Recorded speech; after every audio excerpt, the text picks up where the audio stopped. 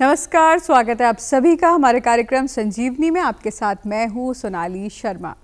दर्शकों, सही पोषण ना सिर्फ हमारे भोजन का एक अहम हिस्सा है, बल्कि ये कहीं ना कहीं हमारे जीवन की, हमारे स्वस्थ जीवन की नींव भी है। भारत की अगर बात करें तो भारत में बच्चों में कुपोषण की समस्या बेहद गंभीर है। अगर बच्चों में कुपोषण पाया जाता है तो उनको शारीरिक और मानसिक रूप से उनका जो विकास होता है वो काफ़ी हद तक प्रभावित होता है। इसी कड़ी में दर्शकों, हर साल भारत सरकार राष्ट्रीय पोषण सप्ताह का आयोजन करती है। इसका उद्देश्य ये होता है कि कहीं ना कहीं बच्चों, उनके अभिभावकों, उनकी टीचर्स में पोषण के प्रति जागरूकता लाना, ताकि हमारा आने वाला जो भविष्य है वो सशक्त, मजबूत और स्वस्थ हो सके। इसी कड़ी में आज संजीवनी के इस भाग में हम बात करने वाले हैं बच्चों में कुपोषण के विषय को लेकर। इसके पूरे जो भाग है इस कार्यक्रम का, उसमें हम बात करने वाले हैं कि किस तरह से बच्चों में पौष्टिक आहार का संचार हो सके ताकि वो कुपोषण से कोसों दूर रह सके। इसी कड़ी में इस विषय पर बात करने के लिए हमारे साथ बेहद खास मेहमान आज स्टूडियो में उपस्थित हैं। हमारे साथ उत्तराखंड आयुर्वेद विश्वविद्यालय से सहायक प्राध्यापक डॉक्टर ऋषि आर्य जी हैं। तो चलिए उनका स्वागत करते हैं और कार्यक्रम को आगे बढ़ाते हैं। डॉक्टर आर्य, बहुत बहुत स्वागत है आपका हमारे कार्यक्रम में। जी बिल्कुल। तो जिस तरह से डॉक्टर आर्य हम बात कर रहे हैं आज विशेष रूप से बच्चों में कुपोषण के जो मामले हैं भारत की, जब हम बात करते हैं तो ये गंभीर समस्या कहीं ना कहीं नज़र आती है। तो सबसे पहले सरल भाषा में आपसे समझना चाहेंगे कि कुपोषण क्या है और बच्चों में ये मामले भारत में तेज़ी से क्यों बढ़ रहे हैं।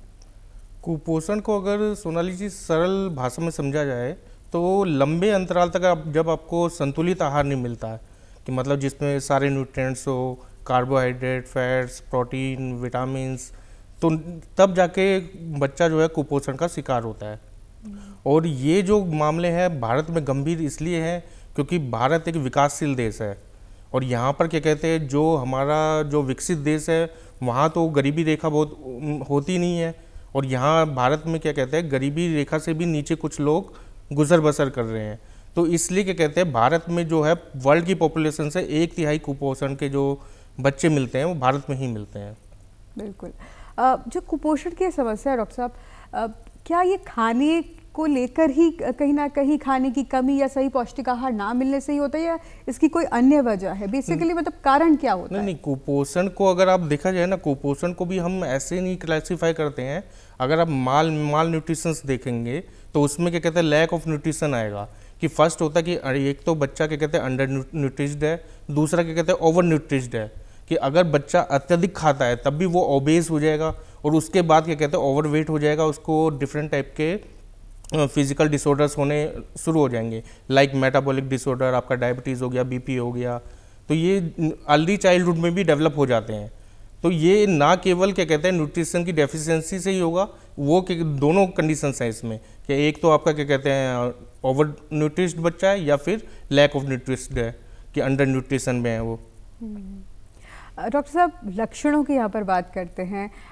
बच्चों में किस तरह से पता लगता है कि बच्चों में कहीं ना कहीं ये बच्चा कुपोषण का शिकार है, न्यूट्रिशन की कमी है, पोषण नहीं इसके शरीर तक पहुंच पा रहा है?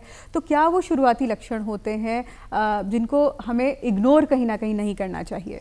शुरू में ही बच्चों को जब कुपोषण का होता है तो आप देखेंगे सोनाली जी कि इसमें क्या कहते हैं जो बच्चा लैक ऑफ न्यूट्रिशन में चल रहा है उसमें क्या कहते हैं उसका क्या कहते हैं वेट कम होगा, उससे थकान जल्दी लग जाती है जिसको फटीग बोला जाता है, और उसमें क्या कहते हैं कुछ ना कुछ इरिटेबल सिम्टम्स आते हैं, कि जैसे डिप्रेशन में जाना, चिड़चिड़ापन होना, बाकी जैसे आपका आँखों के आगे डार्क सर्कल्स आ जाना और ड्राइनेस ऑफ स्किन हो जाती है, और आपका हेयर्स जो होते हैं उसकी लश्चर ख़त्म हो जाती है। तो ये तो इनके जो न्यूट्रिशन उनको नहीं मिल रहा है, ये सारे लक्षण उसमें मिलते हैं। और बाकी जो ओवर न्यूट्रिश्ड है उसका मैंने आपको बताया था कि वो ओवरवेट हो जाएगा, क्योंकि आपका एक BMI होता है, बॉडी मास इंडेक्स। अगर आपका BMI संतुलित है तो आपको एक हेल्दी कैटेगरी में रखा जाएगा। तो लेकिन ओवरवेट के भी दिक्कत ये हो जाती है कि उनको क्या कहते हैं आपको डायबिटीज़ एंड समथिंग जो मेटाबॉलिक डिसऑर्डर्स है वो होने के चांसेस बढ़ जाते हैं। तो ये दोनों ही कंडीशंस में आपको बच्चे को संतुलित आहार देना है, कि जिससे कि उसका क्या कहते हैं न्यूट्रिशन जो बैलेंस है, जो न्यूट्रिएंट्स का जो बैलेंस है वो बरकरार रहे। बिल्कुल। डॉक्टर साहब, जब कुपोषण की बात होती है और अगर कोई बच्चे में कोई बच्चा कुपोषित अगर पाया जाता है तो कहीं ना कहीं उसको देखने से आप अंदाज़ा थोड़ा बहुत लगा सकते हैं, लेकिन क्या कुपोषण शारीरिक रूप के अलावा मानसिक रूप से भी बच्चे के विकास को किस हद तक प्रभावित कर सकता है? मानसिक रूप से भी बच्चों के विकास को कुपोषण बहुत ज़्यादा प्रभावित करता है। अगर आप देखेंगे बच्चे का जब जो गर्भणी जो स्त्री है, जब वो गर्भस्थ शिशु को जन्म देती है तो उसके बाद आप देखेंगे तो उसका एक माइलस्टोन डेवलप होता है, ठीक है ना, कि उसको क्या कहते हैं, जैसे 4 मंथ में बच्चा सीख जाता है अपना हेड को स्टॉप करना। तो अगर वो कुपोषित है बच्चा तो कहीं ना कहीं वो माइलस्टोन डिलेड होंगे उसके, कि उसको क्या कहते हैं जब क्रॉलिंग करना है तो वो मतलब कि अगर वो 1 साल में नहीं कर पा रहा है बच्चा, उसको बेड सिटिंग हो गया, वो अपने पैरों पर खड़ा नहीं हो रहा, तो ये सारे न्यूट्रिशंस की डिफिशेंसी है। और इसके आगे चल के और भी अगर उसको क्या कहते हैं लैक ऑफ न्यूट्रिशंस होते हैं तो काफ़ी गंभीर समस्याएं भी हो जाती हैं, जैसे क्वाशियोरकर और मारेस्मस हमारे मतलब कि पहले हुआ करती थी बच्चों में। आजकल तो उसका जो राष्ट्रीय पोषण नीति है तो उससे काफ़ी हद तक बचाव कर लिया गया है, लेकिन इसके साथ ही जैसे विटामिन की कमी से जैसे आयरन डेफिशिएंसी हुई तो एनीमिया के कंडीशंस हो सकती है, बेरी हो सकता है, विटामिन डी की कमी है तो उसकी हड्डियाँ कमज़ोर हो जाएगी, रिकेट्स नाम की बीमारी हो जाती है। तो ऐसे कई सिम्टम्स हैं जो क्या कहते हैं इसको हमें क्या कहते हैं देखना पड़ता है कि बच्चा क्या कहते हैं प्रॉपर उसको न्यूट्रिशन मिल रहा है, प्रॉपर डाइट मिल रही है नहीं मिल रही है। डॉक्टर साहब, जब हम राष्ट्रीय पोषण सप्ताह की बात करते हैं तो हर बार कुछ ना कुछ एम्फसाइज किया जाता है, चाहे वो जन्म से लेकर 1000 दिन तक की बात हो, eat right for a better life की बात हो। शुरुआत जब होती है महिला के गर्भ में, जब बच्चे का विकास होना शुरू होता है तो उस वक्त किन चीज़ों पर ध्यान देना बेहद अहम होता है ताकि बच्चे की जो शुरुआत हो वो कहीं ना कहीं, जो नींव की हम बात कर रहे थे, वो कहीं ना कहीं मजबूत हो? हाँ, इसके लिए भी यही चीज़ है कि सोनाली जी, कि जैसे गर्भिणी है जो महिला है वो गर्भ धारण करी हुई है तो उसमें क्या होता है कि उसको डबल न्यूट्रिशंस की ज़रूरत है, क्योंकि एक तो उसको खुद के लिए चाहिए, दूसरा क्या कहते हैं बच्चे के लिए भी चाहिए। तो उसमें जैसे उसको आयरन की चीज़ें ज़्यादा खानी चाहिए तो उसके ताकि एनीमिया की कंडीशन ना आ पाए। एनीमिया की कंडीशन से बहुत सारी कंडीशंस हो जाते हैं, जैसे प्री एक्लेम्पसिया हो गया, ठीक है ना, PPH हो जाता है, तो वो कंडीशंस उस बच्चे पे डेवलप ना हो। फिर उसमें क्या कहते हैं संतुलित तरीके से वो दूध का सेवन करे ताकि कैल्शियम वगैरह प्रॉपर मिले बच्चों को। और बाकी फिर उसके बाद क्या कहते हैं उसको थायराइड के लिए भी देखना होता है कि उसको कहते हैं आयोडीन का सेवन अच्छे से करे, कि ये नहीं कि बिल्कुल नमक बिल्कुल कम कर दिया है, तो उससे भी क्या कहते हैं कहीं ना कहीं बच्चे में क्या कहते हैं मतलब कि थायराइड गोइटर होने के चांसेस बने रहते हैं।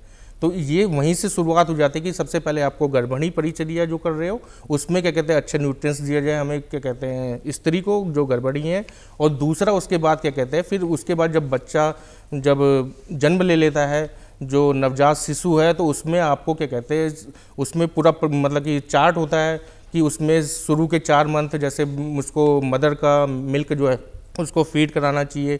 उसके बाद धीरे धीरे उसका मतलब कि जो हमारे यहाँ तो वैसे आयुर्वेद में अन्नप्राशन भी बोला जाता है कि सबसे पहले जो बच्चे को अन्नप्राशन कराया जाता है, तो उसके जो 4 महीने के उपरांत क्या कहते हैं उसको पूरा आपको क्या कहते हैं कौन सा अन्न देना है शुरुआत में, और उनको फ्रूट्स वेजिटेबल्स ये सब चीज़ें, तो धीरे धीरे उसकी डाइट को हम इंक्रीज़ करते जाते हैं। तो ये क्या कहते हैं अगर इन सब चीज़ों को नहीं करते तो बच्चा क्या कहते हैं काफ़ी गंभीर समस्याओं से ग्रस्त हो सकता है। डॉक्टर साहब, ये शुरुआत की आपने बात किया, बच्चा जब स्कूल जाने लगता है और अब ज़्यादा स्ट्रेंथ की कहीं ना कहीं ज़रूरत होती है, तो ऐसे में अब इस वक्त उसकी जो खान पान है, उसकी जो दिनचर्या है, उसमें किस तरह से पोषण को जोड़ा जाए? इसमें क्या है, तो इसको समझने के लिए सबसे पहले आपको न्यूट्रिएंट्स ही समझने पड़ेंगे सोनाली जी, कि हमारी जो बॉडी है उसमें न्यूट्रिएंट्स की आवश्यकता क्यों है। 2 टाइप के न्यूट्रिएंट्स हमारे पास अवेलेबल है, एक होता है मैक्रोन्यूट्रिएंट्स जिसमें कार्बोहाइड्रेट, प्रोटीन और फैट्स आता है। ये आपकी बॉडी बिल्ड बनाता है कि आपको रिपेयर करने में हेल्पफुल होते हैं, कि आपका कैसे प्रोटीन है तो आपका एक बॉडी का स्ट्रक्चर मेंटेन करेगा, कि एक आपकी जो स्ट्रेंथ है उसको प्रोवाइड करेगा। दूसरे होते हैं मिनरल्स जिनको हम माइक्रोन्यूट्रिएंट्स कहते हैं, जिसमें क्या कहते हैं मैग्नीशियम हो गया, आयरन हो गया, जिंक हो गया, पोटेशियम हो गया। तो ये जो है आपको कहीं ना कहीं बॉडी की जो फंक्शनिंग हो रही है, जो प्रॉपर जो फिजियोलॉजिकल फंक्शनिंग हो रही है उसमें हेल्पफुल होते हैं। कि मान लो अगर क्या कहते हैं आपका मिनरल लॉस हो गया तो बच्चे को डिहाइड्रेशन की कंडीशन में पहुंच जाएगा, कि उसकी मतलब कि काफ़ी वीक हो जाएगा, पानी बहुत ज़्यादा निकल जाता है बॉडी से, तो ये कंडीशन उस पर रहता है। तो उस समय हमें क्या कहते हैं बच्चे को पूरा क्या कहते हैं जो उस समय दोनों टाइप के न्यूट्रिएंट्स पे ही ध्यान देना चाहिए कि दोनों टाइप के न्यूट्रिएंट्स उसको प्रॉपर मिले। तो उसके लिए आपके सोर्सेज काफ़ी सारे हैं कि जैसे मैक्रो न्यूट्रिएंट्स है, उसमें कार्बोहाइड्रेट है, तो कार्बोहाइड्रेट के लिए आपके पास बनाना है, बनाना के साथ में आपके पास और भी चीज़ें हैं कि ये एप्पल हो गया, जितने वेजिटेबल्स होते हैं उनमें भी कुछ मात्रा में कार्बोहाइड्रेट होता है। प्रोटीन के लिए सीरियल्स हो गया, आप दलिया दें बच्चे को, तो दलिया भी आपका क्या कहते हैं काफ़ी अच्छा, मतलब उसमें प्रोटीन का सोर्स होता है। और उसके साथ ही क्या कहते हैं फिर आपके फैट्स के लिए उसको क्या कहते हैं घी का सेवन कराया जाए कि थोड़ा मात्रा में, चाहे अगर ज़्यादा मात्रा में भी ना कराया जाए तो लेकिन थोड़ा मात्रा में क्या कहते हैं घी का सेवन कराया जाए। और उसके बाद क्या कहते हैं माइक्रो न्यूट्रिएंट्स के लिए तो उनको नारियल पानी हो गया आपका, और आपका क्या कहते हैं ये जैसे फ्रूट के जूसेस हो गए, तो ये सब चीज़ें क्या कहते हैं बच्चे में कुपोषणता नहीं लाने में सहायक होंगे। बिल्कुल। डॉक्टर साहब, कई बच्चे ऐसे होते हैं जो जब स्कूल जाते हैं तो बहुत स्पोर्ट्स में बहुत प्रतिभाग करते हैं, तो ऐसे बच्चों की डाइट में क्या कुछ शामिल किया जा सकता है ताकि जो उनकी जो क्षमता है वो बनी रहे? ऐसे बच्चों के डाइट में आप क्या कहते हैं उनको प्रोटीन के सोर्सेज ज़्यादा चाहिए होते हैं उनको, क्योंकि एनर्जी लेवल भी उनका अच्छा होना चाहिए। क्योंकि अगर आप एक अडल्ट में देखें तो लगभग 2000 कैलोरी पर डे की नीड है।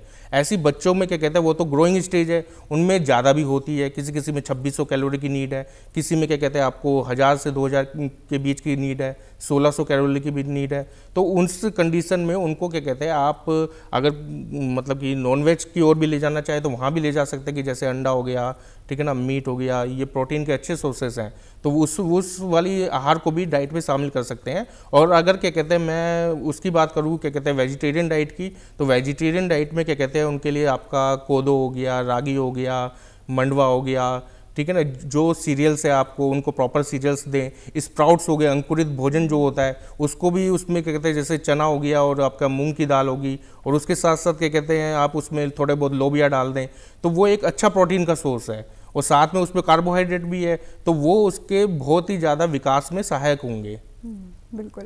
डॉक्टर साहब, कई बच्चे ऐसे हैं आज के समय में या जिस तरह का जो परिवेश में हम रह रहे हैं, फास्ट फूड की तरफ बच्चे बहुत ज़्यादा जाते हैं और कई बार बच्चों को रोक पाना भी मुश्किल होता है।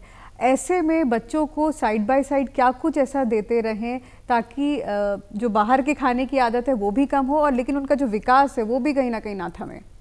ये बात बहुत अच्छी है, लेकिन इसमें क्या है कि जिस हिसाब से जो जीवन शैली चल रही है, ठीक है ना, उसमें क्या है माता पिता का रोल यहाँ पर बहुत ज़्यादा अहम है सोनाली जी, कि अगर माता पिता अपने बच्चे को अच्छी उचित आहार देंगे और उसको मना करेंगे कि नहीं ये फास्ट फूड हमें नहीं खाना है, क्योंकि ये जितना भी जंक फूड होता है ये कहीं ना कहीं आपके जो इंटेस्टाइनल फ्लोरा है और कॉन्स्टिपेशन जैसी गंभीर बीमारियों को भी जन्म देने में कारगर साबित होता है। तो इसके लिए बच्चों को जो नई नई चीज़ें हैं उसका आविष्कार करके कि घर पे ही, जैसे आपने क्या कहते हैं दलिया है तो दलिया को आपने क्या कहते हैं नमकीन दलिया बना दिया, कभी मीठा दलिया बना दिया, कभी क्या कहते हैं आपने स्प्राउट्स है, स्प्राउट्स को कभी ऑयल में फ्राई करके बना दिया, तो कभी क्या कहते हैं उसमें क्या कहते हैं कुछ नींबू डाल दिया, तो नींबू से भी क्या कहते हैं उसमें खट्टापन आएगा। तो ये सब चीज़ें रुचिकारक जितने भी पदार्थ हैं वो आप अधिकतर माता पिता ये ध्यान दें कि वो घर पे बनाएं और घर पे बना के बच्चों को सेवन कराएं इंस्टेड ऑफ क्या कहते हैं जंक फूड, जितना भी फास्ट फूड है। बिल्कुल। डॉक्टर साहब, कई बच्चों में देखा गया है कि वो दूध से दूरी बनाते हैं, घी तेल से दूरी बनाते हैं, और जैसे जैसे उम्र बढ़ती है तो कहीं ना कहीं बच्चे कहीं ज़्यादा फैट्स ना ले लें, कहीं पुट ऑन ना कर लें वेट, तो इसके डर से भी दूध और ये मलाई मक्खन नहीं खाते हैं। तो इसको लेकर आप क्या कहेंगे, इस मानसिकता को लेकर क्या कहेंगे और कितना आवश्यक हैं ये चीज़ें, या इनके बिना भी विकास संभव है शरीर का? देखो, दूध तो बच्चे के लिए संपूर्ण आहार कहा गया है। एक ग्रंथ है सतपथ ब्राह्मण, सतपथ ब्राह्मण में दूध को संपूर्ण आहार कहा गया है बच्चों के लिए। तो दूध में जो आपके न्यूट्रिएंट्स हैं उसमें कैल्शियम हो गया, प्रोटीन हो गया, ये संतुलित आहार मात्रा में मिल जाते हैं। तो अगर जो बच्चे दूध से दूरी बनाते हैं तो मुझे नहीं लगता कि कहता उनका ये जो कैल्शियम वगैरह इनकी जो विकास में सहायक न्यूट्रिएंट्स है वो उनको प्रॉपर मिल पाते होंगे। तो उसके लिए बच्चों को क्या कहते हैं, अगर नहीं भी खा लेता है, दूरी बनाता है, तो उसके लिए दूध के भी आजकल क्या कहते हैं प्रोसेस्ड फूड आ जाते हैं, कि मतलब डेयरी प्रोडक्ट्स आ जाते हैं, कि अगर दूध नहीं ले रहा है तो आप उसको क्या कहते हैं दूध से बनी हुई मिठाइयाँ का सेवन करवा सकते हैं, या फिर क्या कहते हैं दही हो गया। दही इतना कारगर होती है कि वो प्रोबायोटिक का भी काम करती है, वो आपकी जो इंटेस्टाइनल फ्लोरा है उसमें भी क्या कहते हैं अच्छा रोल करती है, कि गुड बैक्टीरिया वहाँ पर डेवलप करती है, जिससे उसको क्या कहते हैं कि भूख भी लगे। और साथ ही जो घर के जो मसाले होते हैं, जैसे जीरा हो गया, इलायची हो गया, आपका काली मिर्च हो गया और हींग हो गया, ये सब चीज़ें उनके आहार में अगर थोड़ा बहुत डाल दिया जाए तो ये आपका एक तो गुड इम्यूनिटी बूस्टर भी है, साथ में हल्दी हो गया आपका एक एंटी इन्फ्लामेटरी रोल भी प्ले करता है, और साथ में ये दीपन का काम भी करता है कि भूख को बढ़ाने का काम भी करेंगे, जिससे बच्चों में रुचि भी उत्पन्न होगी। बिल्कुल डॉक्टर साहब, बच्चों के लिए पोषण बेहद महत्वपूर्ण है। ऐसे में अभिभावकों का और कहीं ना कहीं अध्यापकों का जो स्कूल में रहते हैं उनका रोल किस तरह से होना चाहिए, किस तरह से बच्चों को पोषण के प्रति वो जागरूक करे, घर से लेकर स्कूलों में किस तरह से पोषण को लेकर जागरूकता की जाए, किस तरह से उनको खाने के प्रति उनका जो लगाव है उसको और बढ़ाया जाए, ये कैसे किया जा सकता है? देखिए सोनाली जी, हमारे यहाँ पर क्या कहते हैं एक आयुष मंत्रालय की गाइडलाइन है, उसमें 5 राइट्स है। सबसे पहले तो माता पिता को ये सीखना होगा कि कहते हैं कि राइट एट ए टाइम, कि एक समय बना ले कि उस समय पे बच्चों को भोजन देना है, ठीक। दूसरा क्या कहते हैं राइट एट टाइम के बाद आता है कि क्वांटिटी, कि किस क्वांटिटी में देना है। फिर तीसरा राइट क्वालिटी, किस क्वालिटी में उनको देना है। फिर फोर्थ है कि राइट प्लेस, कि राइट प्लेस में ऐसा ना हो कि आप भोजन तो कर रहे हैं लेकिन अनहाइजीनिक तौर से कर रहे हैं, वो भी मतलब कि कम्युनिकेबल डिजीजेस की ओर ले जाएगा, और काफ़ी मतलब डायरिया वगैरह केसेस में भी क्या कहते हैं उस हो सकते हैं उसके कारण। और एक और चीज़ है कि उसका क्या कहते हैं कि एक प्लीजेंट माइंड के तौर पे एक माइंडफुल ईटिंग, मतलब कि एक प्रसन्न मूड में उनको उस ओर अग्रसारित करें माता पिता। इसमें माता पिता का बहुत ज़्यादा रोल होता है, क्योंकि विकास जो होना है उनके सामने बच्चा दिन भर है। स्कूल में तो क्या कहते हैं 9 से 2 या जितना भी टाइम होता है उतने में रहते हैं, और स्कूल इसलिए क्या कहते हैं उनका रोल ज़्यादा इंपॉर्टेंट हो जाता है कि वो अपने बच्चों को इस ओर अग्रसर करे कि बच्चा ये खाना है, ये क्या कहते हैं गंदी चीज़ है, ये अच्छी चीज़ है, ठीक। फिर उसके बाद क्या कहते हैं हम जो स्कूलों में हम क्या कहते हैं जागरूक अभियान बना सकते हैं, कि सेमिनार्स करा सकते हैं, कि ताकि बच्चे जागरूक हों, कि उनको डिफरेंट टाइप के क्या कहते हैं कोई न्यूट्रिशियस डिश बनाने के लिए बोल दिया जाए कि घर से आप लेके आइए, तो उसमें से क्या कहते हैं उन पे इंटरेस्ट बनता है।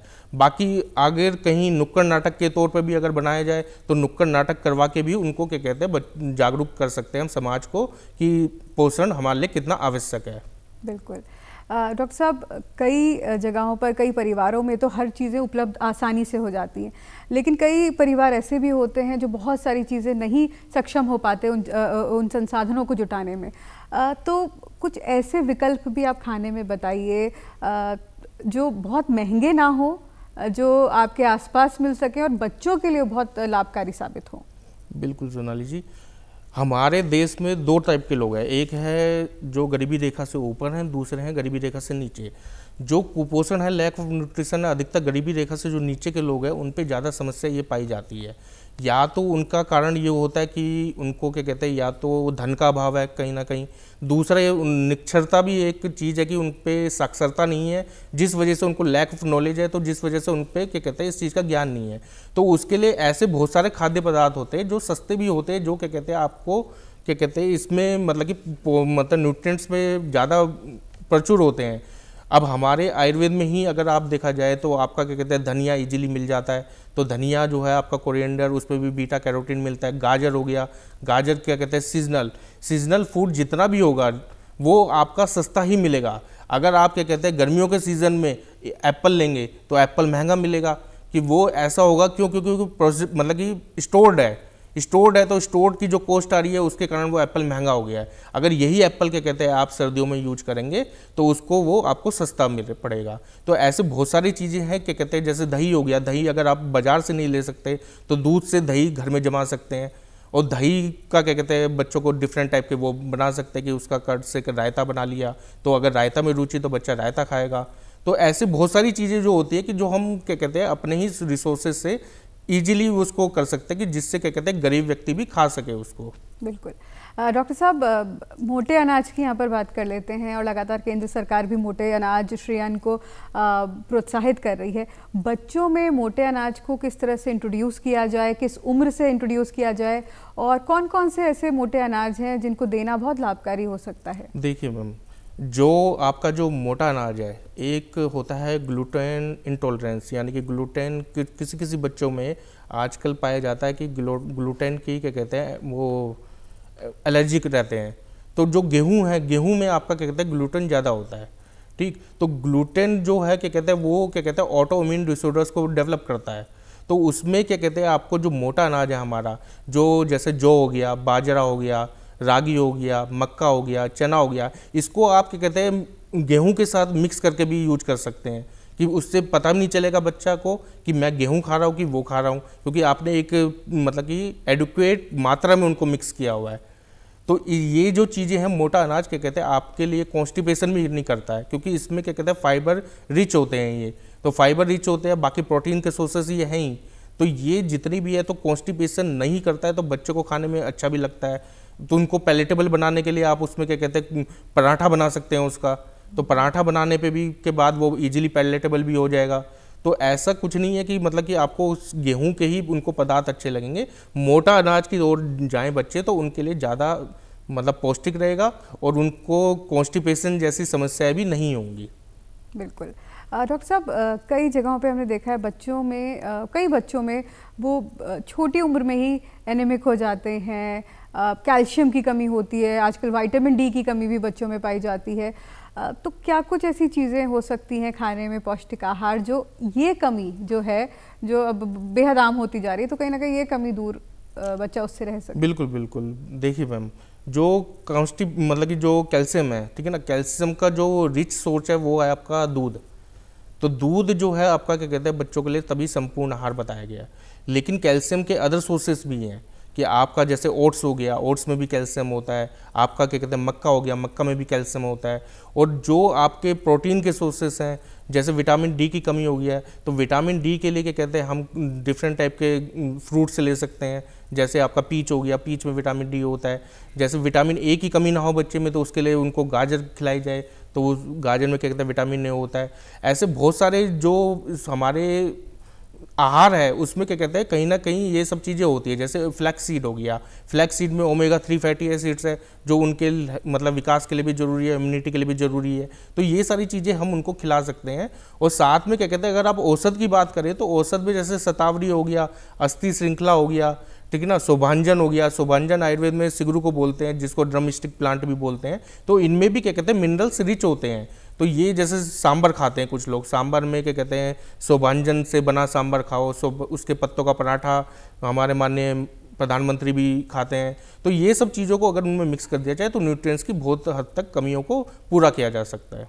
बिल्कुल।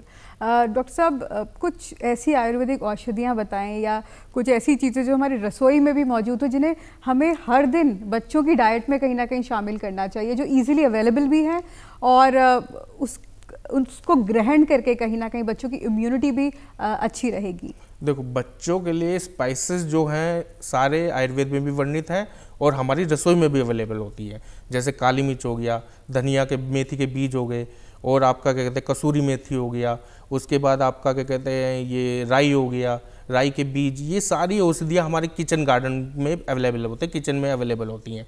अब इन सब चीज़ों से क्या कहते हैं ये औषधियों को आप यूज करने के साथ साथ आप दूसरी आहार भी ले सकते हो। कि जैसे कि आपने क्या कहते हैं ये शतावरी है, शतावरी को अगर आप दूध से प्रोसेस्ड कर दिया जाए तो शतावरी को क्या कहते हैं आप इसको वो ज़्यादा इम्यूनिटी बूस्टर हो जाता है। ठीक, तो ये उससे क्या कहते हैं दूध की जो कमी है, मतलब कि दूध में अगर मान लो क्या कहते हैं कि कैल्शियम तो है ही, लेकिन उसमें क्या कहते हैं शतावरी के गुण भी आ जाते हैं। और ऐसी क्या कहते हैं बहुत सारी चीज़ें रसोई में होते हैं, जैसे कि पोटैटो हो गया, लेकिन पोटैटो में क्या कहते हैं स्टार्च ज़्यादा रहता है, कार्बोहाइड्रेट ज़्यादा रहता है। तो कुछ लोगों का आजकल का प्रचलन ये चल रहा है कि कार्ब नहीं खाना है। क्यों? क्योंकि ये इसमें शुगर ज़्यादा है, इसमें क्या कहते हैं ग्लूकोज ज़्यादा है, एनर्जी लेवल बहुत ज़्यादा होता है, इससे फैट बढ़ता है, ये होता है। लेकिन बच्चा जो है वो तो उसका लाइफ स्टाइल ही ऐसा होता है कि उसको खेलने के लिए प्रोत्साहित किया जाता है, अधिकतर उसको खेलने का मन करता है। तो उनके लिए कार्ब कोई दिक्कत नहीं करता है। दिक्कत उनके लिए करता है जिनका लाइफ स्टाइल डिसऑर्डर ही बैठे रहने का है। तो ऐसी बहुत सारी औषधियाँ जो क्या कहते हैं रसोई में मिल जाती है, उनका भी हम क्या कहते हैं आहार में उनको जरूर सम्मिलित करना चाहिए। हल्दी को जरूर सम्मिलित करना चाहिए, क्योंकि हल्दी क्या कहते हैं आपका एंटी इन्फ्लामेटरी का काम करेगी। उसी के साथ में क्या कहते हैं जो जौ हो गया, जौ क्या कहते हैं आपका वजन भी नहीं बढ़ाएगा और आपके लिए पौष्टिक भी है। आप स्प्राउट्स में देख लो तो जितनी भी दालें हैं, तो ये दालें सारी क्या कहते हैं आयुर्वेद में भी वर्णित है, क्योंकि हमारे यहाँ पर जो वर्ग बताए गए हैं, जैसे फल वर्ग बताया है, और बच्चों को रोज़ कोई ना कोई फल जरूर खिलाना चाहिए, ताकि उनका क्या कहते हैं इंटरेस्ट भी बना रहे कि ये हमारा जूसी चीज़ कोई हमारे उसमें बॉडी में गई है। बिल्कुल। डॉक्टर साहब, चलते चलते क्या आप सलाह हमारे दर्शकों को देना चाहेंगे, विशेष रूप से हमारे जो अभिभावक हैं जो ये प्रोग्राम देख रहे हैं, जो टीचर्स हैं और बच्चे विशेष रूप से, कि किस तरह की दिनचर्या उनको रखनी चाहिए ताकि पोषण से उनकी दूरी ना रहे, दोस्ती हो और उनका जो जीवन है वो बेहतर हो और हमारे देश का जो भविष्य है वो स्वस्थ रहे? मैं तो बच्चों को बस यही राय देना चाहूँगा कि ईट हेल्दी और लिव हेल्दी, कि आप क्या कहते हैं राइट चीज़ खाइए और उसको क्या कहते हैं अपने नियमित उसमें लाए। दिनचर्या के लिए कम से नियमित अगर योग कर सकते हैं तो योग की ओर अग्रसर होएं, और आप एक लाइफस्टाइल बताएं, क्योंकि मतलब लाइफस्टाइल को एक मेंटेन रखें। आप ब्रेकफास्ट, लंच और डिनर तीनों को अपने आहार में सम्मिलित कीजिए। ये नहीं कि आपको खेलने जाना है तो आपने ब्रेकफास्ट स्किप कर दिया या लंच स्किप कर दिया, लेकिन आप इनको तीनों को आपको एक टाइम पीरियड में 2 से ढाई घंटे का, जो मतलब कि अप टू 5 इयर्स बच्चे हैं उनके लिए इन तीनों में क्या कहते हैं 2 से ढाई घंटे का अंतराल होना चाहिए। और अगर उससे ज़्यादा बच्चे हैं तो ज़्यादा भी आप बढ़ा सकते हो, लेकिन तीनों चीज़ें आप हेल्दी जो फूड है उसको इन तीनों मतलब ब्रेकफास्ट, लंच और डिनर में सम्मिलित करें। बिल्कुल। तो डॉक्टर साहब, आप हमारे कार्यक्रम में आए, आपने समय निकाला और इतनी महत्वपूर्ण जानकारी आज आपने हमारे दर्शकों को दी। आपका बहुत बहुत शुक्रिया कार्यक्रम में आने के लिए। धन्यवाद। तो दर्शकों, उम्मीद करते हैं संजीवनी का आज का भाग आप सभी को पसंद आया होगा, और जिस तरह से हमारे विशेषज्ञ ने बताया कि विशेष रूप से बच्चों के लिए उन्होंने जो जानकारी दी कि अच्छा खाएं, अपनी जो मील्स हैं, जो ब्रेकफास्ट, लंच, डिनर है, उनको स्किप ना करें, खूब व्यायाम करें, यही पौष्टिक जीवन का एक सरल और सहज उपाय है। फिलहाल मुझे और मेरी टीम को इजाज़त दीजिए। नमस्कार।